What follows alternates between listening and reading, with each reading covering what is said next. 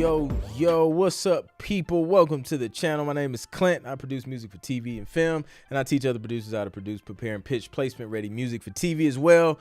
This is the Music is My Business podcast, and I'm about to drop gems and answer a bunch of questions, and I'm excited to do so. Let me see what we have in the building, man. We got M. Wynn already here. You thought he was late? No doubt. You are right on time. Major 88 Keys, can't wait to hear all the gems. Let's go. Everyday Runway back in the building. Let's go. Gavino got it. What's good? Good to see you. Yeah, let's see. Wednesday, man. Wednesday. It's been a decent week. I'm not mad.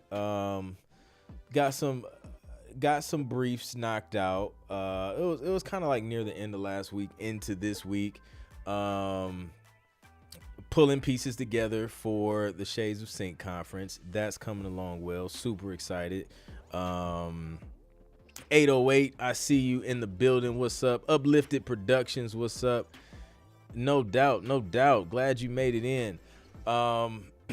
Let's see. Yeah, everything is cool. I'm not no complaints. Been playing around with new AI tech. For those who are enrolled in AIforproducers.com, there's an update in your course if you're already in there, showing you the new AI mastering tool from Lander that I've been using. Super dope. Lander mastering plugin. They legit created a plugin. Like, everybody already knows Lander for like their online mastering. Now you can do it like right inside the DAW. It's insane. So been playing around with that.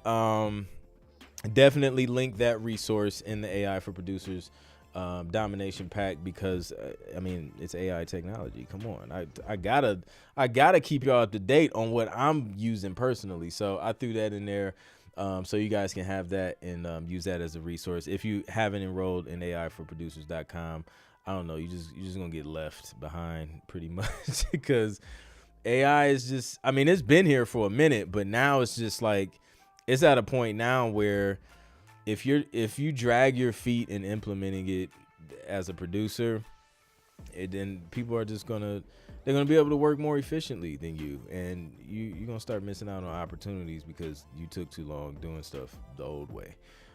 So you get that course so that you don't have those issues. Larry Bradshaw is in the building. What's good? We Bro Productions, I see you. You mentioned you got fries with sugar on them from a food truck. Well, I found out Wingstop does the exact same thing almost. Listen, let's talk about Wingstop. We tried Wingstop for the first time, one time, and then never again. No, I take that back. We tried it one time.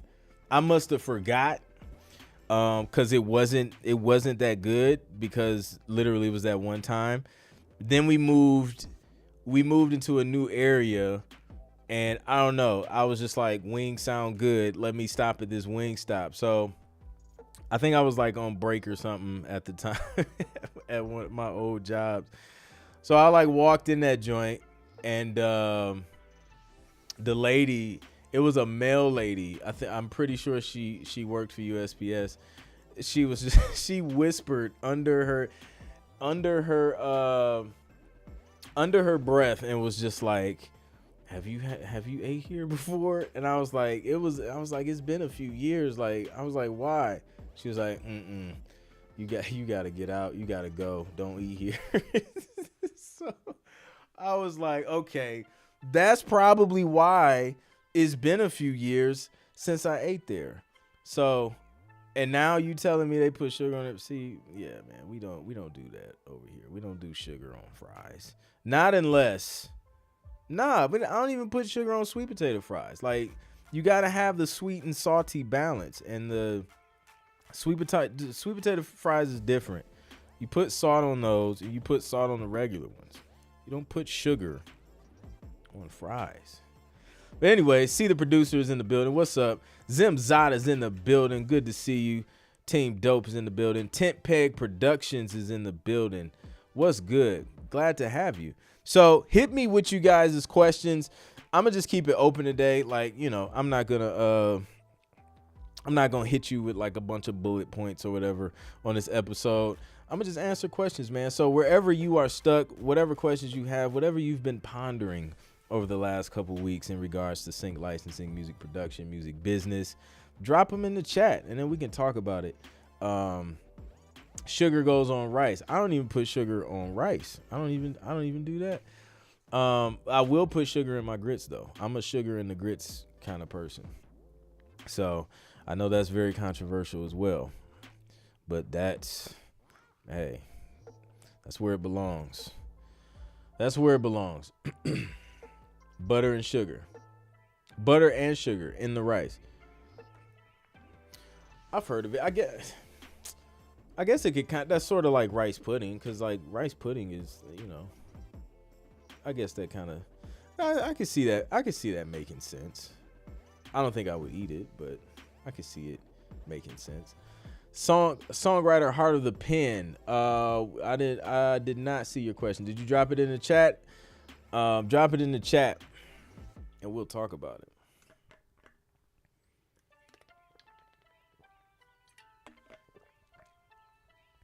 Kadan.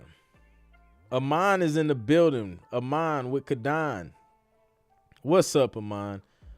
Aman is hanging. He's like, yo, I'm hanging with y'all tonight. Much respect. Maple syrup, chicken, and waffles all day. I love that connection. Someone keep Clint safe from the salted grits army. Songwriter Heart of Pens, as he did. What's good, M London? Dang, did I miss the question? I don't see it. You might have dropped it before the stream started on my end. If that's the case, it doesn't show up the way this chat join is set up. So just drop it back in the chat and we'll talk about it. LW is in the building. What's up, LW? She says Clint likes Gino's pizza. You can't take food advice from. Stop hating on Gino's. Gino's is the GOAT. Come on, man. If you're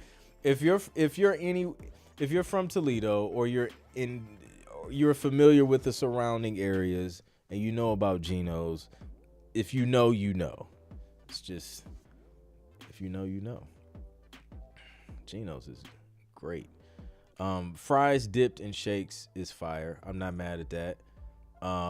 Fries dipped in Frosties, that's a classic. You gotta keep that. His older brother Raj just came in the room. What's up, Raj? We got the whole fam in the building. Heart of the Pen I'm not seeing this question. Heart of the Pen. You're typing it on the YouTube chat?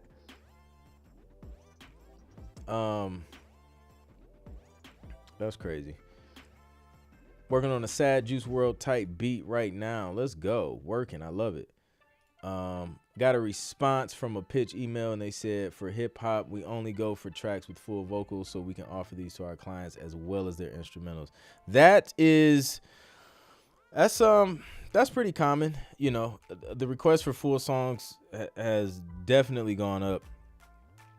So, I think, I like there's still opportunities for instrumental stuff. There's library signing instrumental stuff. You just got to keep submitting. But I would say if you're a producer, absolutely 100% make full songs a part of your sync strategy going into, the rest of this year and into the next year, because the demand is huge. Like, real talk, I think all this year I've primarily been working on full songs.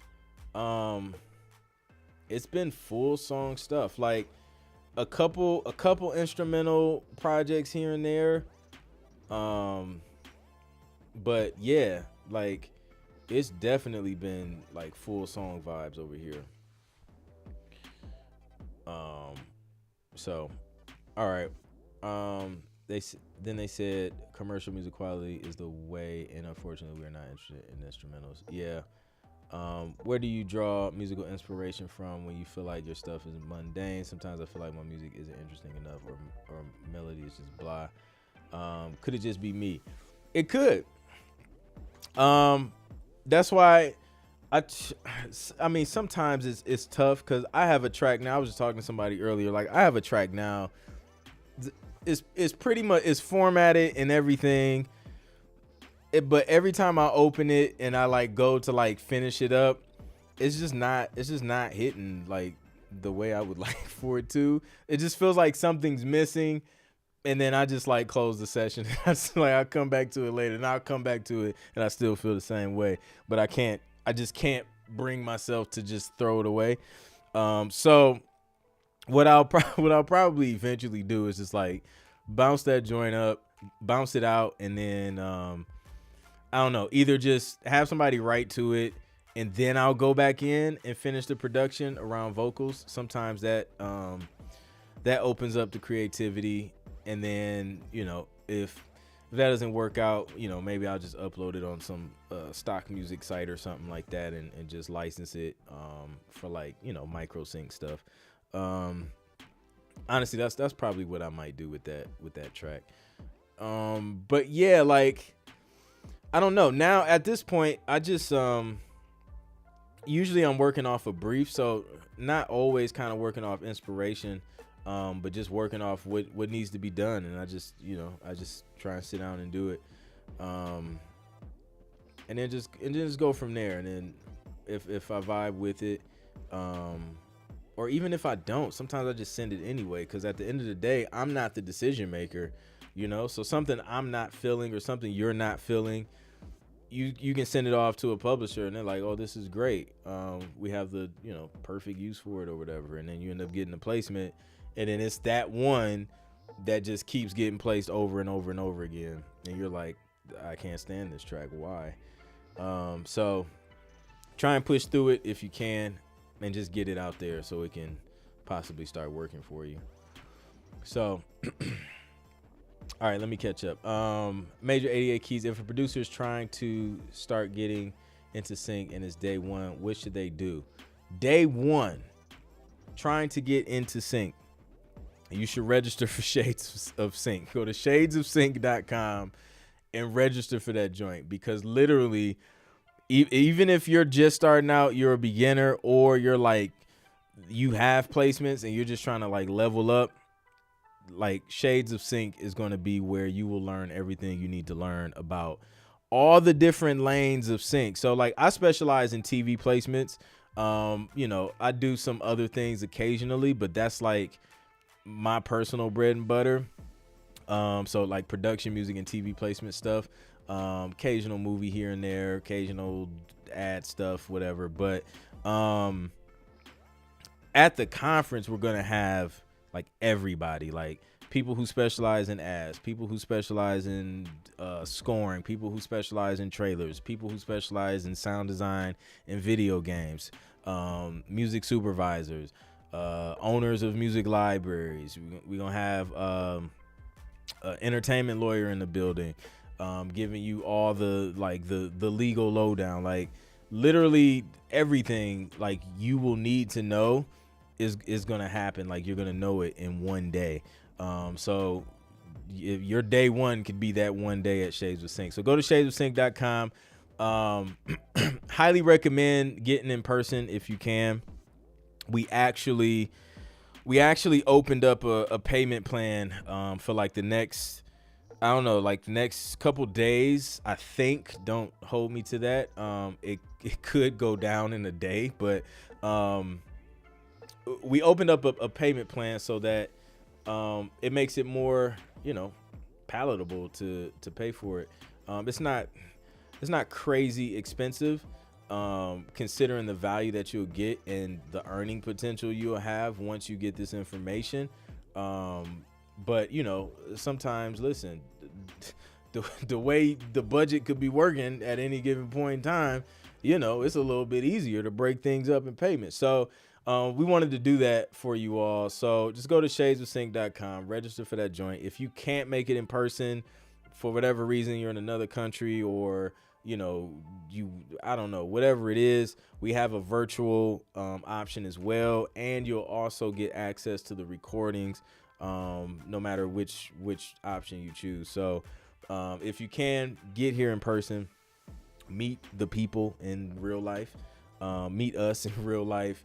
And then if you absolutely cannot, it is not possible, then just do the virtual option and get the information, man.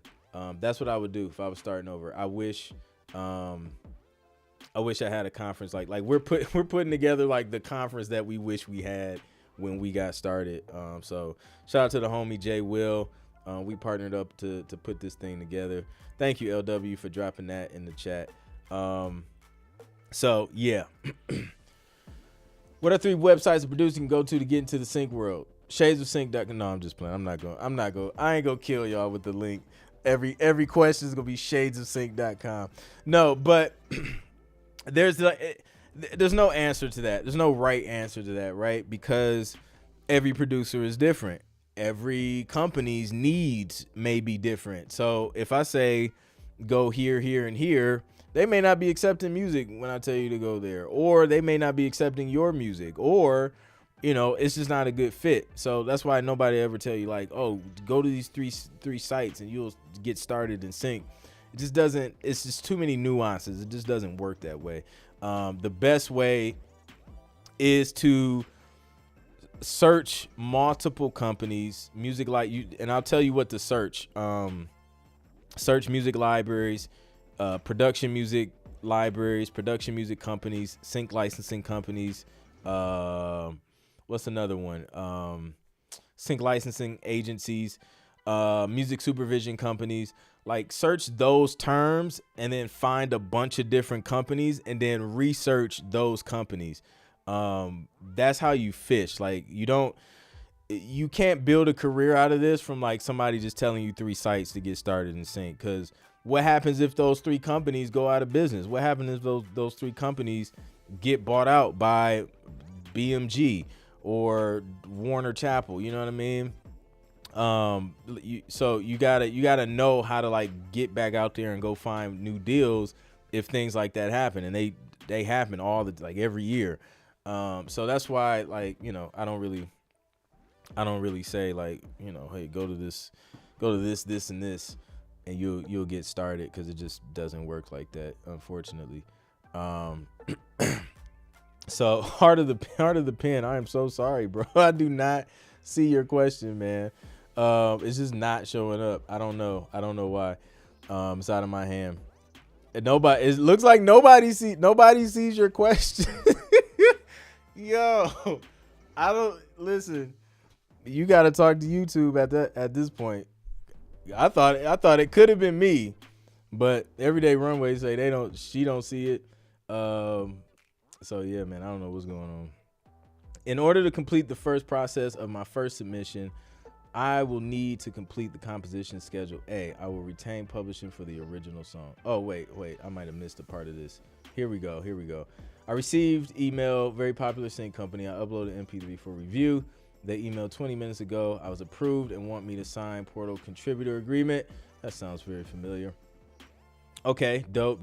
That's congrats. We'll give you a DJ horn. You made it that far. In order to complete the process of my first submission, I will need to complete the composition schedule. I will retain publishing for the original song.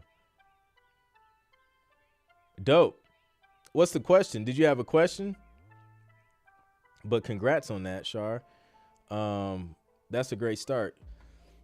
And then hopefully you'll start seeing a lot of briefs. Brian Holt, what's up? Welcome, bro. Glad to see you in the building. But yeah, shout out to Shar getting that agreement. After sending more songs, after your songs will be badged, it will be registered under this new name with the pros. Yep. That sounds right. Pro Audio Mastering Services, what's good? Dubask, what's up? What do you think about a publisher taking 100% mechanical rights? Well, mechanical rights or mechanical royalties? Because if they have the rights to distribute it and collect mechanical on your behalf and then pay you a percentage of those mechanicals, then yeah, I can see that happening. But if they're saying like taking 100% mechanical royalties, like from streams and all that stuff, I don't think that's fair. um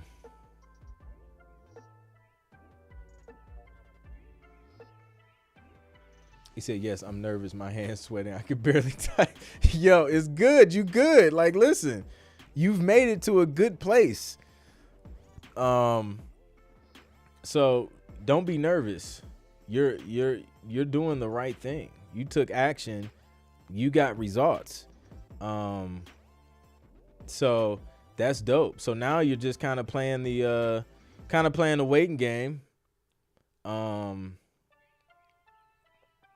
And then it's getting bad, so that's good. I've personally, yeah, no, you're on the right track. You're on the right track for sure. All right, let's see. What is your opinion on producer collectives like Internet Money or 808 Mafia? Do you think it works better to make a collaborated beat or to just do it on your own? It depends, man. Like sometimes it's good to collaborate. I just collaborated on a country hip hop joint. So yeah, I mean collaboration like that, it excuse me, it happens. You know, when someone else is strong in areas where you're not strong, that's when collaboration is the best. Now in sync, you know, we try and limit the the number of collaborations on one song. Like you're not about to see like 15 people on a sync song. Like we ain't doing that. Publishers and they're like, yo, really? So you know, I think the most people I've had on one song made you know, specifically for sync purposes, it's honestly, I think 3. Like 3 is kind of the max. Like I really don't. And I probably would do up to 4, just because I think, I mean, it's 4. Like 4, everybody get 25.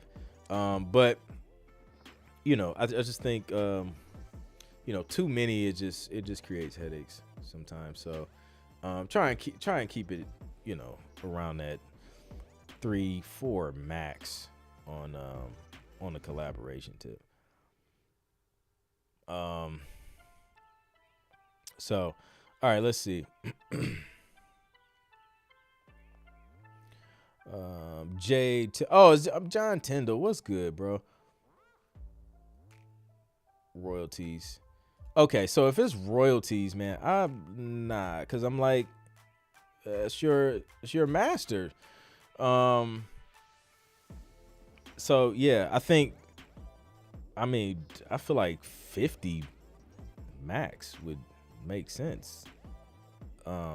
So yeah, I would ask them about that. Like, I would definitely ask them about that and see if that can be changed. Flares, what's up, Flares? Got a new drum machine, so I need to cook up some hip hop. Let's go. What kind did you get? Shar is literally, like, we're literally sharing this moment with Shar as they sign a licensing agreement. This is awesome. This is why I like coming on here, man, because every time I come on, somebody on this joint winning. Do you think exclusive deals should always pay up front, or are there exceptions? No, I don't think. I mean, I don't think they will always pay up front, just because as long as there's, like, you know, the gratis licenses out there, blanket licenses and things like that, you know, there's always going to be some situations where there's not, you know, you may not see any up front. But I feel like if you are going to see anything up front, you know, a lot of times it could come from the exclusive companies. Do you think exclusive deal? Oh wait, I just read that. G5 is in the building. What's good? What do you do if a low budget indie movie used your music but didn't get permission? Man, Why do I feel like that happens a lot too? Like, first off, shame on them for just taking somebody's music and just using that joint without even asking. That's disrespectful. I don't know, man. You can get an attorney involved. You can try and sue, but like if it's an indie film, they probably ain't make no money anyway. You could reach out to them and say, hey, this was supposed to be licensed or whatever. You can try and get some bread out of it, but I don't know. By time, depending on like how indie it is, like how big the movie was, how much it made, if it's still out there, kind of potentially generating, streams and views and all that stuff. I don't know. I think the best thing to do would you could talk to an entertainment attorney, see if it's something worth fighting. Sometimes fees don't even make it worth it sometimes. And just let it go. Or hit them up and be like, yo, you got to at least throw some credit on that joint. And then, you can use that on your resume. Like, I'm putting this, y'all ain't asked for permission, but I'm putting this on my resume. But, I don't know. It's up to you how you want to handle that. Should we copyright our tracks before we submit it to Music Library or Music Supervisor? Also, should we promo our sync track on YouTube or other streaming services to get attention from music supervisors? Copyright, you can if you feel more comfortable doing it. Depending on what it is, sometimes I'm making a lot of instrumental stuff. All that stuff is not getting paid for to go get sent out to copyright.gov. That's just me personally. You do what makes you feel comfortable in that regard as far as registering your copyright with copyright.gov in the US. If you're in another country, I'm not sure what how that works over there, but I know here you gotta, if you want to register with copyright.gov, there's a couple different ways you can do it. You can do it as a collection of works, but the writers have to be the exact same on each and every track within that collection for you to do that, or you can do it individually. There's a fee for both. Should you promo the track on YouTube? Or I don't really promote. Like, this is the great thing about sync. Like, you could literally not put anything on the internet and get synced. So it's like you don't have to have it on YouTube and Instagram and stuff for music supervisors to see it. Most music supervisors like to receive music a certain way. Some of them do scour the internets for music and indie artists that they're looking for. I've heard it personally from the mouth of a supervisor that they'll scroll through and look up hashtags on Instagram and stuff like that, go through SoundCloud and find talent, and then reach out to them. So it can be beneficial. Is it absolutely necessary? No. I mean, the majority of my catalog is not online anywhere. Like, it is, I create it, I send it to the publishers, and then they do what they do with it. So it's up to you. Samaya, what's good? Welcome back. What's up, Creation Road Music? Thanks again for the AI chords. No doubt. I just added the AI mastering plugin on that joint too. They probably don't know the law. They probably don't. Like, real talk, like, if it's like a director or something it's probably one person doing everything. They probably the actor, the director, the writer, and everything. A lot of times they just don't know, man. Like, sometimes they don't mean to. They just think, oh, this needs some music. Like, this is dope. Let's put it in there. They probably have the greatest intentions. Just didn't know. That happens as well. So since I'm getting started in sync and have a collection of about 10 to 12 sync ready tracks only, should I pitch still or beef up? Oh, start pitching. Start pitching immediately. You could have started pitching at 5. But 10 to 12 is cool. I would start sending like 5 And then you have some backup tracks that you can send. Like if somebody signs the first 5 you send, then boom, you can swap those 5 out with new tracks. So that's what I would do. And then yeah, but no, I would start now, like immediately. That's a good number of tracks. Is there any question?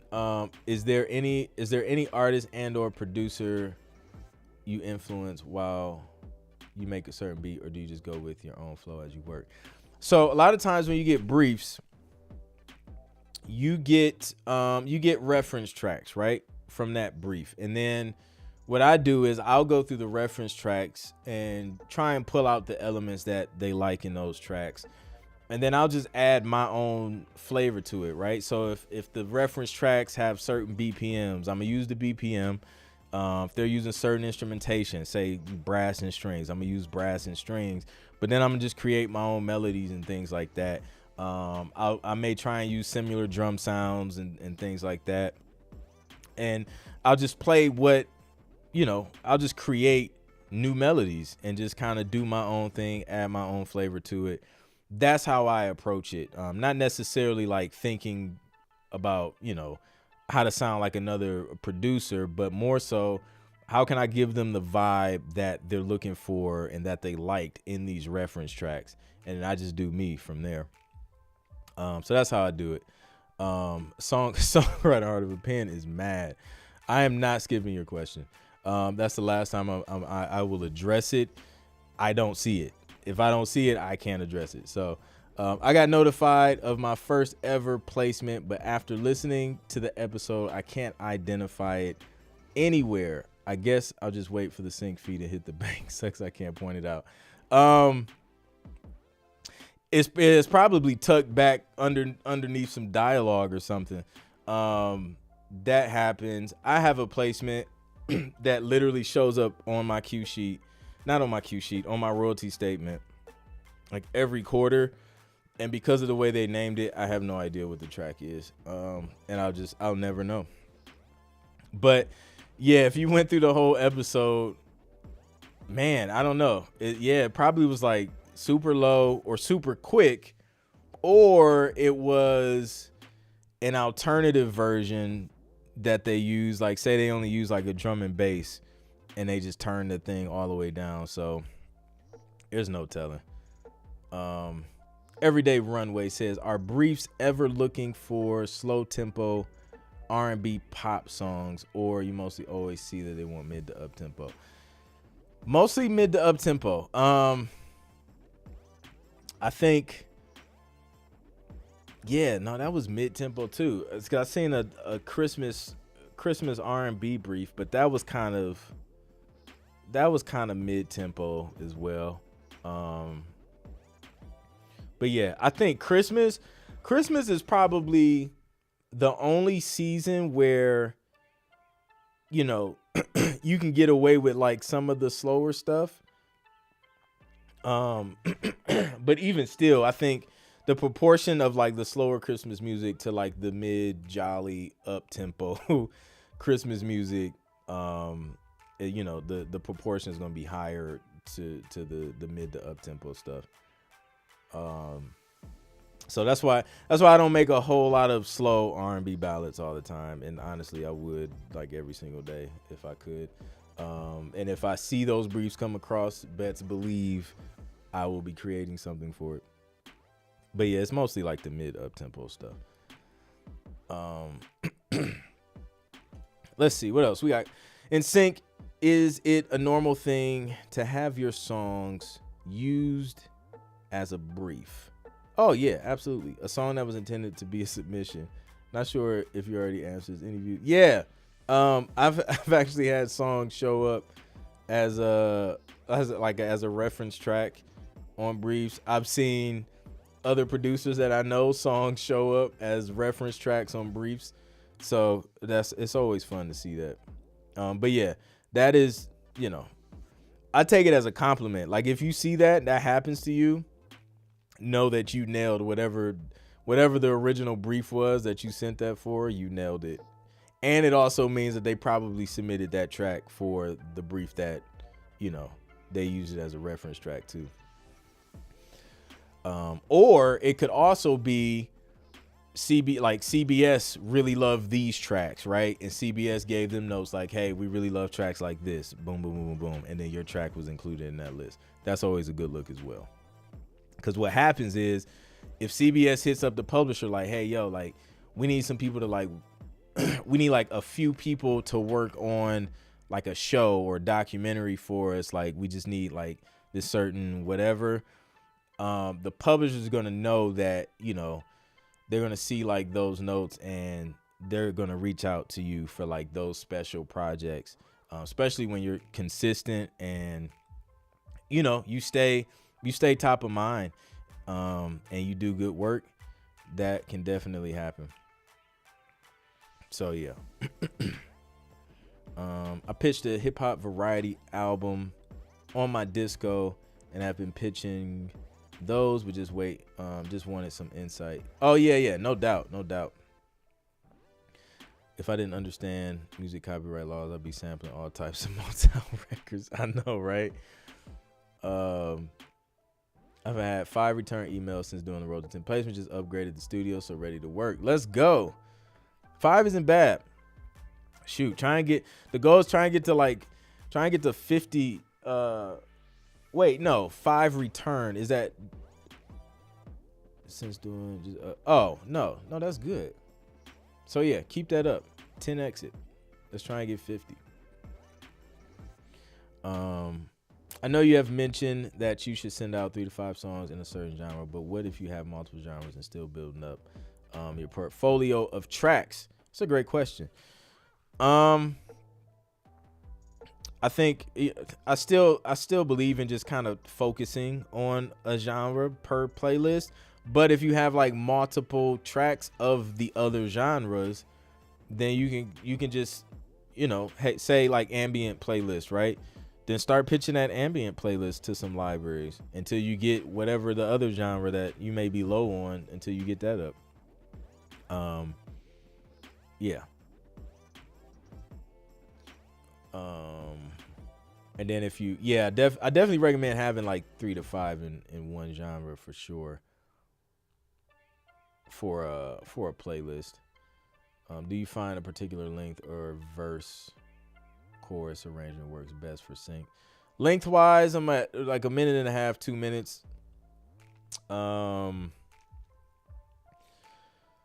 Arrangement, usually verse hook, 2 verses and 2 hooks, really. Short intro. Sometimes, man, I'll just throw like a riser on the intro, some drum rolls. I'm really, unless I'm trying to spread that joint out and like get it to a minute and a half or get it to 2 minutes. Like if there's like a certain if there's like a length requirement for a brief, say like they say, hey, we need tracks to at least be 2 minutes, then that's when I start doing like, you know, I start doing extra stuff to try and make it longer. So yeah, and then sting ending at the end. We can't forget the sting ending. Gotta have that. If you could produce for any artist right now, who would it be? Any artist right now? I don't know, man. I've my brain has been so far removed from artists for real. No, I would produce a record for her. That's who. Yep.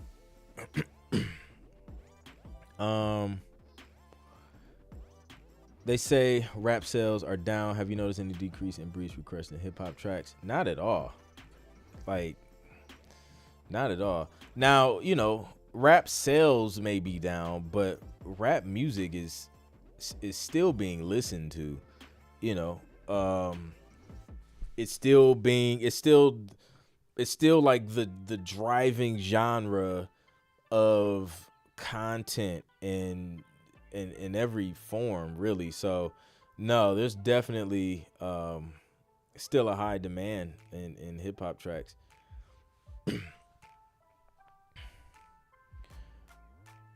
Would GarageBand suffice for quality? I have it down and would rather not learn another, but will if needed. Absolutely. Listen, as long as you can like do what you need to do to get a good mix and master on that joint, even if it's in GarageBand, no, that would absolutely suffice. You can export that joint and as you're good. GarageBand is I've done some stuff in GarageBand, in fact. Did I pitch that? I got to double check, but no, I've absolutely literally like sat at the park and produced a track for Sync in GarageBand. So yes, it will suffice. When would the one-on-one mentorship be open again? Actually, we are taking applications now. I have about 4, maybe 3 seats left for the next class that is starting November 9th for TV Placement Mastery. So if you want to apply to try and get into that class, just go to tvplacementmastery.com, or you can hit the link in my bio.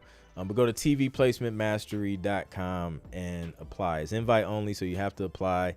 When you apply, please include a link to your music, a streaming link. Some people, their applications get thrown out immediately when we go through them because they just didn't have a link, a streaming link to music. So make sure you include that, fill out all the information, answer all the questions. And then if it's a good fit, we'll reach out. And I have one of my guys reach out and hop on a call and make sure, it's a good fit, and that's going to be the best solution for you. So, for those who don't know, TV Placement Mastery is like my 90-day TV placement coaching program, where at the end of the 90 days, the goal is to have you locked into at least your first licensing deal, or, another licensing deal if you already have one. But we go through the whole process and teaching you how to produce, prepare, and pitch placement ready music for TV. And yeah, it's lit. Pretty much, let me see. We have, I think we're on like the 6th class since we started this, and everyone who has completed the class has finished with at least one licensing deal. Most of them multiple. By the time a couple of them had like 2 deals locked in like by week 8, like just crazy. So that is open if you want to apply. That window is very tiny, so make sure you get your application in ASAP, and then we'll be reaching out if it's a good fit. All right. Should you sign up with more than one sync library? Absolutely. And the reason why is, again, we talked about companies getting bought out. Company gets bought out. That was your only connect to get placements. Placements stop. What do you do next? So having multiple ones also is a great idea because it keeps you busy as well. So if one is kind of slow with the briefs, you have other libraries that can send you briefs, and they have their own set of clients and things like that. So it's pretty cool. And if you do multiple genres, like someone mentioned earlier, you can literally like work with different companies and be like a specialist in a certain genre with different companies. You know what I mean? So that's how I kind of work around the whole produce multiple genres, but still be like a go-to guy for like that one thing for a company. And it works out for me. Let's see. Shar says, I purchased your course years ago. You probably have updated by now. You're the first who I learned song structure from. Also learning from your old current videos and your encouraging words. Thank you. Absolutely, man. Thank you. I appreciate that. And man, I love to see, people who've gone through the course, like doing their thing and sticking with it. Cause it's not easy, man. Like let's keep it 100. Like sync is not the easiest thing to just break into. Like it just doesn't happen overnight, man. There's a lot of unlearning you have to do. Then there's a lot of learning you have to do. Then it's like consistency, because sync is one of those things where you have to put in a lot of work up front, and you have to keep working without knowing if it's working, because you don't know if it's working until literally like until you get a royalty check sometimes.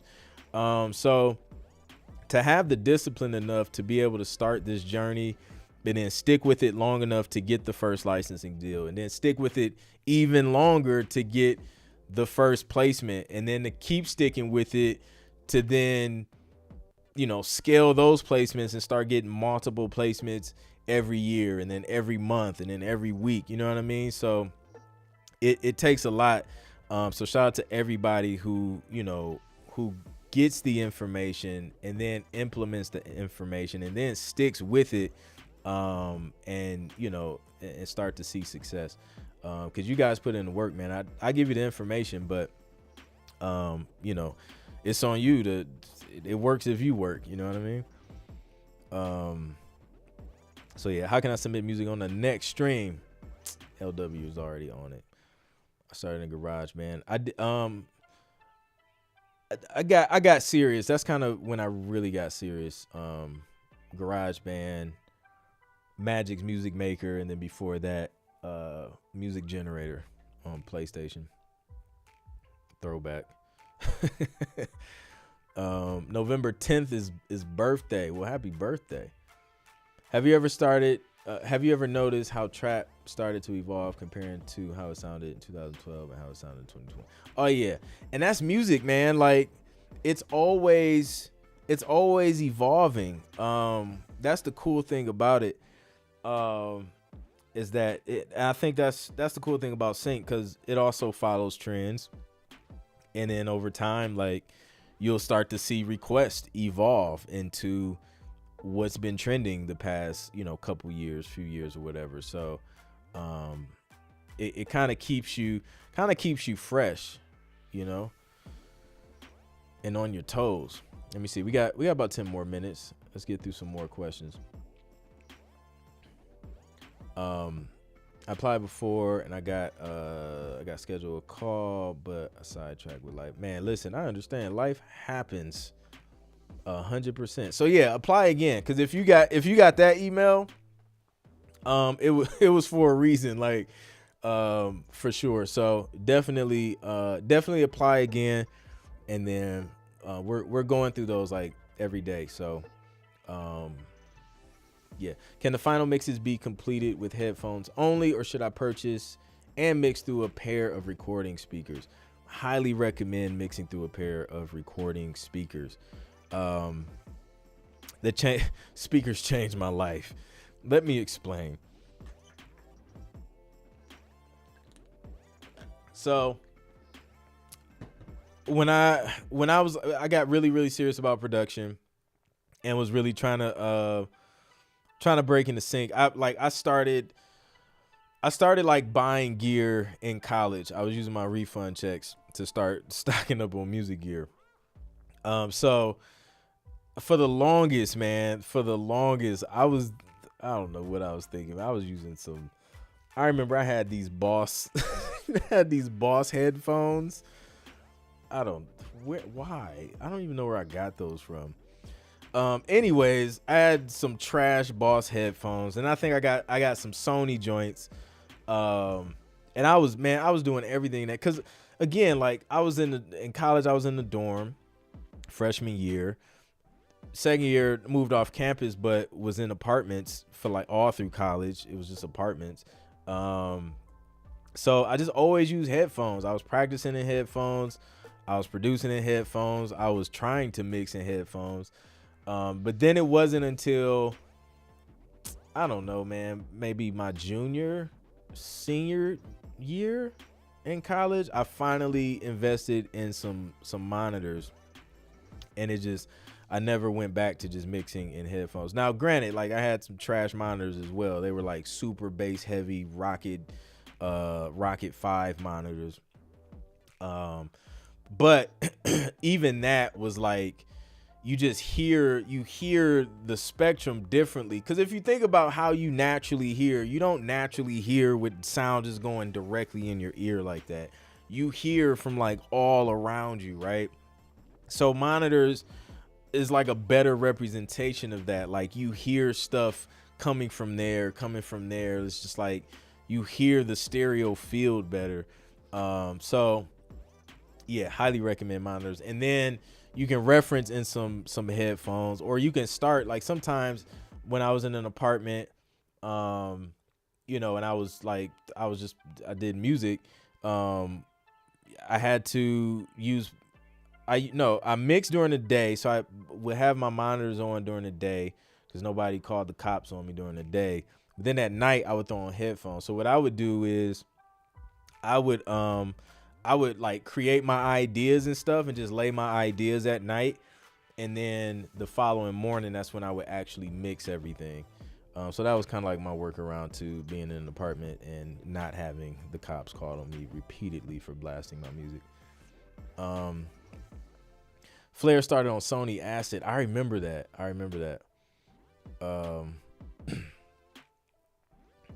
Man, hey, I did too. Listen, man, I thought I was doing something, man. I was like, listen, I am professional now. I had those monitors, boy. You go in, you set them up in the studio, then you leave the studio, and then you come back in and you look at them. You stand outside the door and you just look and see how it looks in your stuff. I was proud, man. It was a proud moment. But listen, you gotta start somewhere, man. You gotta start where you are. So, that those monitors, man, they transitioned me, from the headphones to actually, being able to mix on some monitors. Excuse me. Do people still say reasons in auto tune with the S? Yes, Gavino. They do. People still say reasons. I produce in reasons, and I need some auto tunes on my vocals. I heard someone say they paid to be a part of a pitch meeting where they pitched to Soups. Thoughts? Have you heard of this or know anyone who had success doing it? Yes, I know this guy named Clint who has had success paying for a pitch session. So the one I did, it was through NARIP. If you haven't heard of NARIP, NARIP, check them out. I went out on a whim. It was $300 for like a couple hours or something. It was like one session, a couple hours at night or evening or whatever in Atlanta. But they had a sync library or sync agent there who had placements and, was looking for music that I specialized in, R&B, hip hop stuff. So I was like, okay, there's alignment there. It's a good opportunity. He's looking for music that I do. Let me hurry up, pay this $300 because I wasn't a member. So if you're not a member, you pay like the higher price. So I paid $300 and then submitted my music and I got in. I did this the day of. It was mad last minute. And that's what I mean by like take massive action. Like, don't wait. Don't think about it. You will miss out on your opportunity. So I paid the $300. I got in, rushed down there to get in the meeting. It was in a room. It was a small room. It was, I don't know. It was probably like, it wasn't packed, man. It was maybe like 10, 15 people in there max, including the people who were talking. So we pretty much stood up in the front. We played our music right in front of the agent. And then pretty much he'll tell you like right then and there, he'll give you critique or say, hey, this music is dope. Let's talk afterwards. And that's what happened. He liked the song. He's like, I can definitely use that. Fast forward, maybe the following week, I ended up doing a licensing deal, signed a few tracks to his company. And then, man, I want to say within a year, ended up getting an Adidas Classic campaign placement or something. So I ended up making that $300 and then some back. So yeah, I've done it before and I've had success with it. My advice would just make sure you're prepared before you do it, or you will end up spending a lot of money. Make sure you're giving them exactly what they look for, what they're asking for. Try and do some research in advance if you can, to really be able to maximize that opportunity. And NARIP, I mean, it's straightforward. It's just like, yo, this is the person we're bringing. This is the kind of music, they look for. Boom, that's it. You get to play it for them. It's yay or nay. So yeah, so I'll do those. And we're actually, that was so valuable to me, and I know Josh has done it. He's played music at conferences as well. So that's why we're doing it at Shades of Sync as well. Like, there's going to be an opportunity for you to play your music in front of the people, the music supervisors that'll be there, and we're gonna give you feedback, and you never know what can happen from there. I've never not seen a music supervisor hear something that they liked, and then just like something that they liked and that they could use, and just never reached out to the person to use it. Even when I was doing the like virtual sessions, and having guests on, like some of the students that would come in, they would play music, and the guests I would have was like, yo, this is dope. Like, yo, we need to talk. And they would exchange information, and they end up doing a deal. So those opportunities happen, you know what I mean? So yeah. Do you have views on attaching an NDA clause when sending out music for collaborations? Yeah, no, I don't mind them at all. I do them all the time. A lot of times those NDAs are coming from the publishers and things like that, and you can't talk about certain things, certain projects while they're being worked on. Brands don't want you talking about things. So NDAs are absolutely a normal part of just business in general. So yeah, if you see an NDA, like it's all good. That's normal. Just sign it, and then just don't say anything.